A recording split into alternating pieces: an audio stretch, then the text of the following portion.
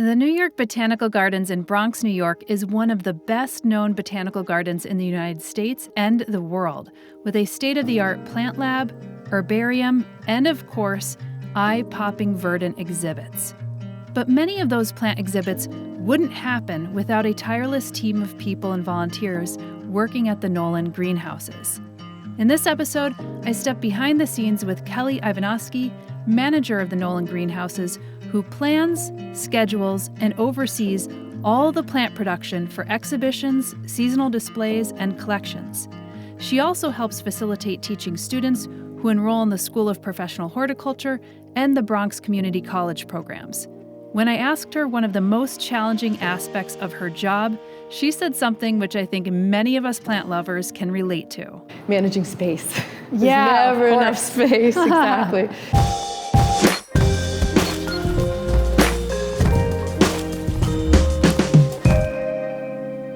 My name is Kelly Ivanovsky. I am the manager of the Nolan greenhouses. I'm a horticulturist, I'm a grower, and I manage 8 highly skilled, talented growers and gardeners here at the New York Botanical Garden.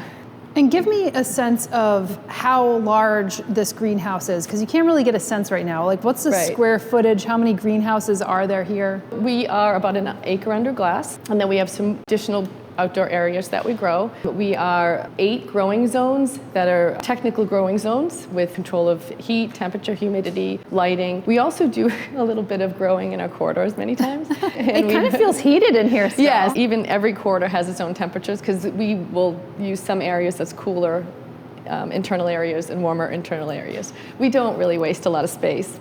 This is really clean because we just finished our Kiku exhibition. So we had a whole exhibition in here. What we do in these production zones, there's 4 in the front of the house at the north end. We grow for exhibitions. We grow for seasonal displays. So all of our exhibition plants come through here at some point. Right now we're growing for Wonderland. It's this next summer, spring plant show. So it's always fun. We grow something different every year. A couple of years ago, we did Around the Table, so it was all edibles. Some years were, with Ebony Patterson, it was a completely different plant palette. So this year is wonderful. So it's fantastical and interesting. And so we're growing everything for plants for a double border, like a traditional Victorian double border.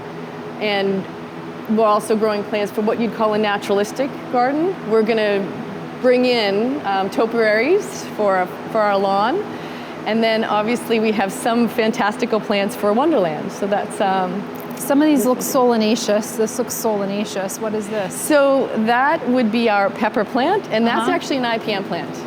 And I love that you pointed that out, because honestly, as much as IPM meaning integrated pest management. I'm sorry. So that's a great plant. It's an indicator plant for thrip levels. We have them spread out through all the production zones. Much of what I do is plant health in the gardeners. There's a lot of pest pressure in a greenhouse environment. So in the greenhouse environment, we are doing a lot of scouting, and as you can see the yellow tape, we had some leaf hoppers. Really? Okay. Not a typical green. This has never been a problem for us. Yeah. As soon as the spider mite would get down, and the thrip, and the aphids, and all of a sudden the leaf hopper comes. It's always something. But it keeps you on your toes. It does, yeah. So, but we've really integrated beneficials. Now I see some of these are actually flowering now. Yeah. Are you trying to force flowering in some of these, considering that these aren't necessarily going to be ready for exhibition right away? Right. So right now these are osteospermum, and we're going to move them to a cooler zone tomorrow. Okay. And we'll probably just take the flowers off. And you have some carex here. Is this also going to be for the display? Right. So these carex are going to be what we call in our naturalistic garden. So there's pieces that we're growing for.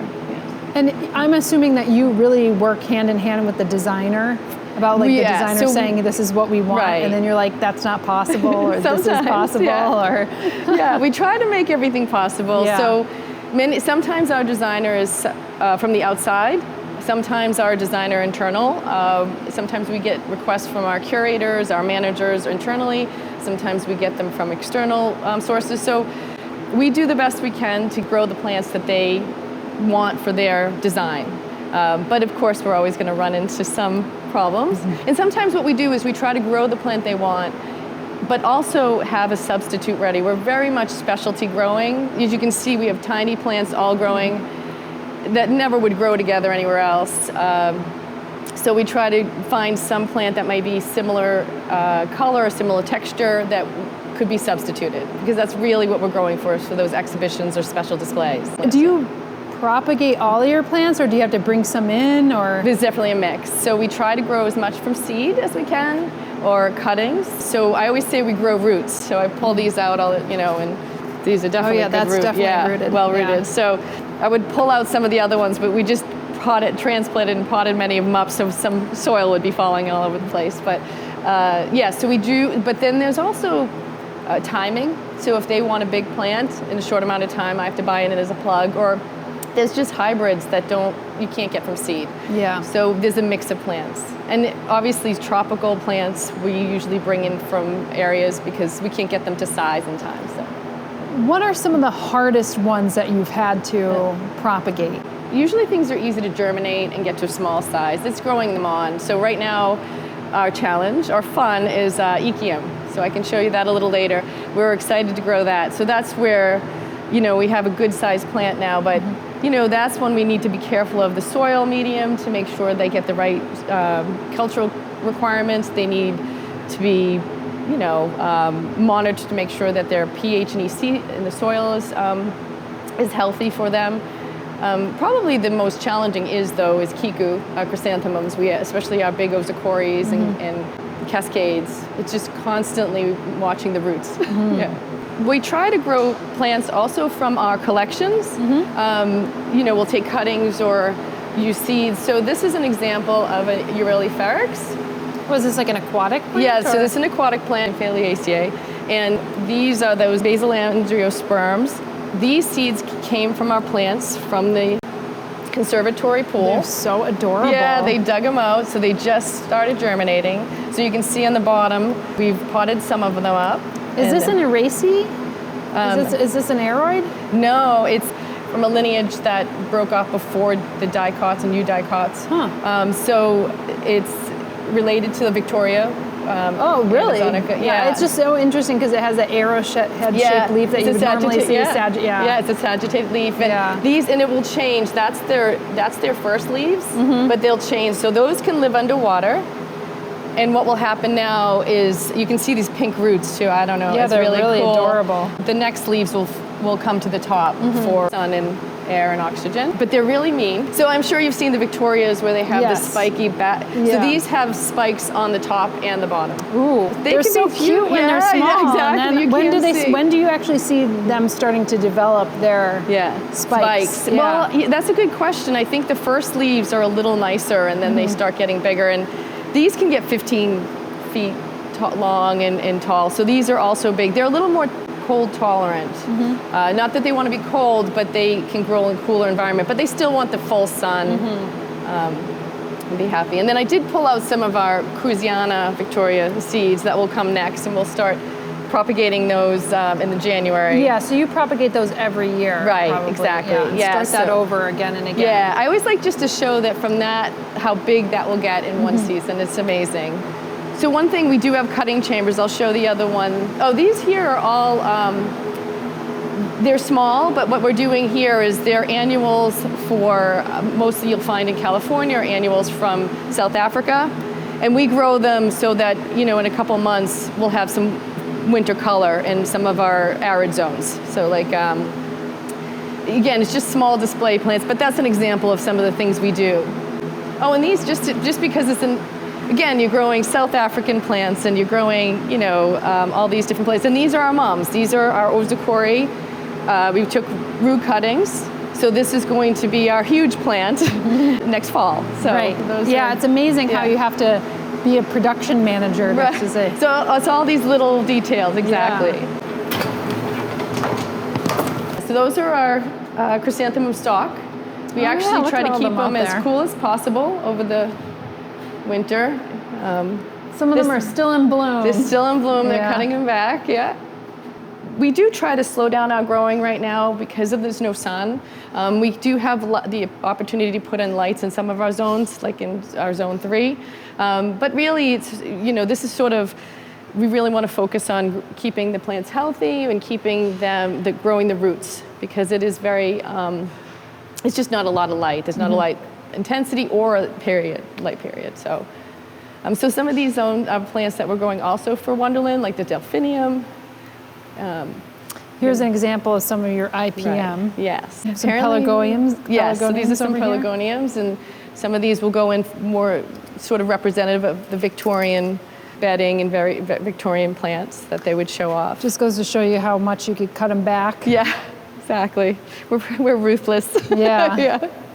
Some of these are what we call our stock plants, and so what we'll do is we'll warm them up, we'll give them a little more, we'll feed them, give them some nutrients, and then take cuttings. So we have echinops, but these are the Echium wildpredii from the Canary Islands. We just started them in June and just potted them up. We wanted to give them a lot of space for roots. So these are all these mini decisions you make all the time. Most of the time, we really only want to pot up just to the next size so that we don't overwater them or they don't get lost in there. But with this plant, it's going to get so big, we overpotted it because we want to give the roots room to grow. So you'll have to come back and see these. These are incredible. What's their, do they send out a big flower spike? Yeah, so I think they're going to be it could be 8 feet tall. They're huge. These ones are pink. We have simplex, Echium simplex, and we have fastionum.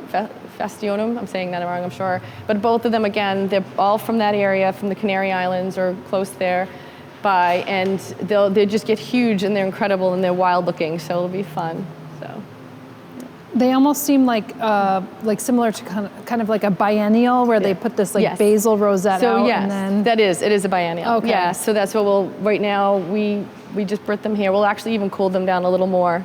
And they can tolerate temperatures down under 30.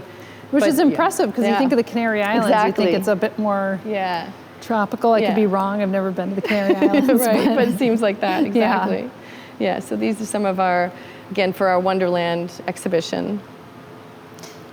I mean, the fact that they have this kind of verdigris kind of color and that they're fuzzy, it makes me think that they are used to being out in like harsh sun and a harsh environment. Exactly, they want a rocky volcanic kind of soil, so we really have a very light, well-draining soil. That's what we really have to be careful with watering. Oh, and this is just a little, now this is on the other side. These are our violas. I was going to say, this kind of looks like something I would eat. When they exactly. Yeah, you can definitely eat the flowers, right? And the violas, so those are for some of the outdoor garden displays for the early spring. So it's funny because many of these will end up going out to our hoop houses, and then the ones you see in zone 2, the propagation zones will come out here. These are verbascum. And these are all ones also a biennial usually. Right, exactly. So we've had them. So these will go out and get even cooler, and we'll keep shifting them to a cooler. And some will go to the warmer environment if we're trying to push them a little bit. So I can show you our cutting chamber, which is interesting. It's a finer mist, but what my favorite thing here is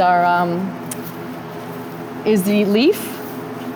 So many times the cutting areas or cutting chambers or any of those are on a timer, and they just go off based on an estimated amount of time.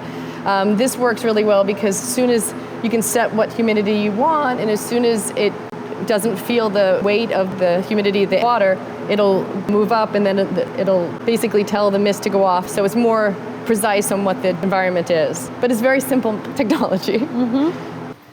So this is what we call our arid zone. It feels like warmer than, but this really does get cool at night.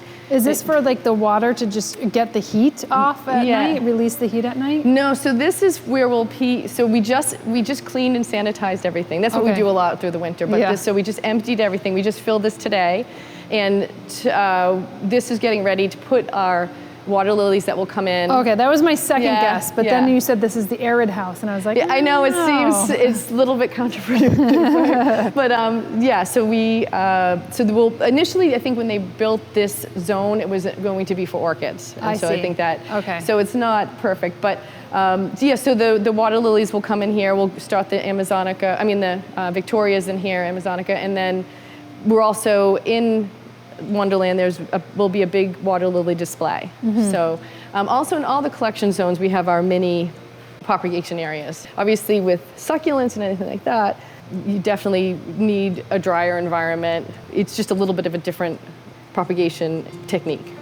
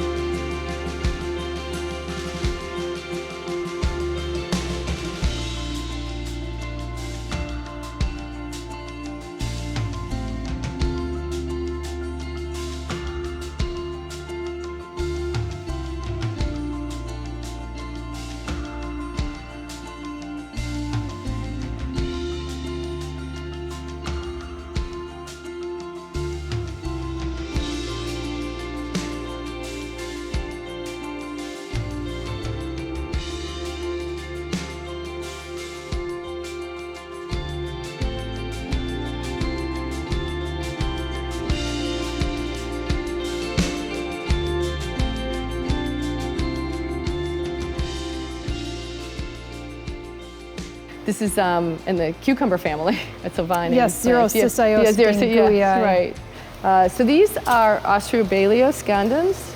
They are vines, and I know they don't maybe look so interesting right now, but they are, and also a basal angiosperm. They're from Australia. They're the only species in its class, and they're really interesting because I think it was probably 10 years ago we did get them to flower in these zones. They actually are from the wet tropics, and this is more of a drier zone. We wet it every day, but I think it might have needed the cooler temperatures in this zone to flower. The exciting thing is these two are from different parentages, which is important. This one actually produced seed. It was huge for us. It was a big deal. They came in clusters. They were very interesting. Obviously, these are dried out, but this is what they look like when we open them. So these were something that you don't see very often. That was a fun, exciting thing, right? These are dried. Are you trying to actually propagate them at some point? So we took different groups of them. We got enough seeds that we did everything from scarifying some and cooling some down, putting them in different environments so we can see what they need to germinate. But from our understanding, it may take a year for them to germinate. So that's it's one of those things where you don't have a guide for all the plants on how they... Yeah. Well, I was just talking to one of the gardeners about, some of the sources, and she was saying, some of them have, when you pinch it, but they never have when you need it. Like what plant you need, they don't have. So this is a cool looking plant. What is this? So these are in our Oxalis family. Wow. So they're all different Oxalis genera. They're like these little hoods. Yeah. Little cobra hoods. Yeah. A lot of our collections are unique. So our collections are really connected with the biomes at the conservatory. Like I said, when we take them and we'll take cuttings to make sure we keep propagation of plants that we want to maintain. And then we also use our collections, especially in our tropical zones, for research and science and education. So that's mainly what our collections do. We do have CITES plants as a safe space. Oh, this is a cool plant. This is Nesicodon. It's from an island off of Africa, Mauritius. And it's the only one that they know of that has red nectar. And so it's pollinated by geckos. But it's interesting because if you pull it down, they'll actually come out, and now it's going to lie to me. We can take it off. Yeah, you can see it like... Oh, yeah, look at that. Yeah, so it'll... Wow. Yeah. It looks like hot sauce. Yes, exactly. It's a very interesting... Have you tasted it? I think it's sweet, if you want to.